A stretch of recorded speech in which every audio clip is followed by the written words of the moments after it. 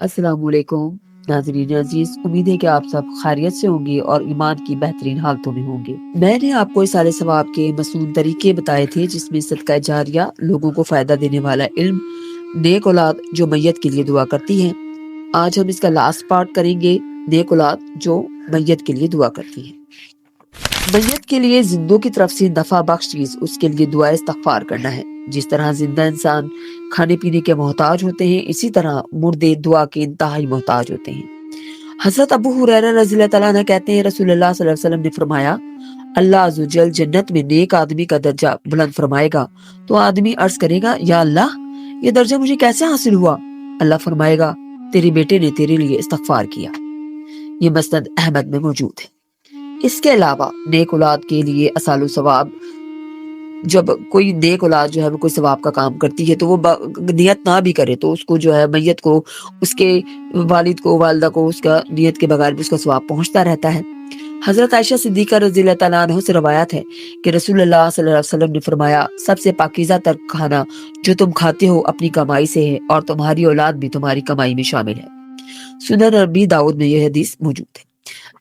اولاد کو قرآن و سنت کا تابع بنا کر مرنے والا قیامت تک اس کی کمائی کو وصول کرتا رہے گا۔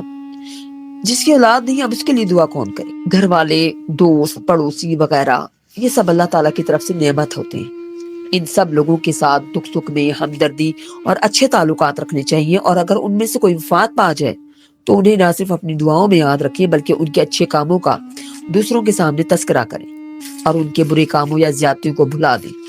اگر آپ کے دل میں مرنے والوں کے لیے ایسے جذبات ہوں گے تو یقیناً اللہ تعالیٰ آپ کی موت پر دوسرے لوگوں کے دلوں میں بھی آپ کے لیے ایسے ہی جذبات پیدا فرما دے گا۔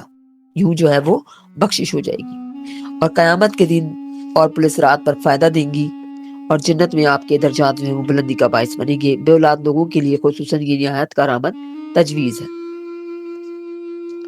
حضرت عبداللہ بن عباس رضی اللہ تعالیٰ عنہ کہتے ہیں کہ رسول اللہ صلی اللہ علیہ وسلم نے فرمایا، قبر میں میت کی مثال ڈوبنے والے اور فریاد کرنے والے کی طرح ہے، جو اپنے ماں باپ، بھائی یا کسی دوست کی دعا کا منتظر رہتا ہے۔ جب اسے دعا پہنچتی ہے تو اسے دنیا جہاں کی ہر چیز سے زیادہ محبوب ہوتی ہے۔ بے شک اہل دنیا کی دعا سے اللہ تعالیٰ اہل قبور کو پہاڑوں کے برابر اجر عطا فرماتا ہے۔ مردوں کے لیے زندوں کی طرف سے بہترین تحفہ ان کے لیے استغفار ہے۔ تو ہمیں بھی اپنے پیاروں کے لیے جو اس دنیا سے چلے گئے ہیں ان کے لیے دعائے مغفرت کرنی چاہیے۔ ہمارے اہل پڑوسی، محلے والے اور ہمارے اہل جو ہمارے رشتہ دار ہیں، ان سب کے لیے ہمیں دعا کرنی چاہیے، ان کو دعاؤں میں یاد رکھنا چاہیے۔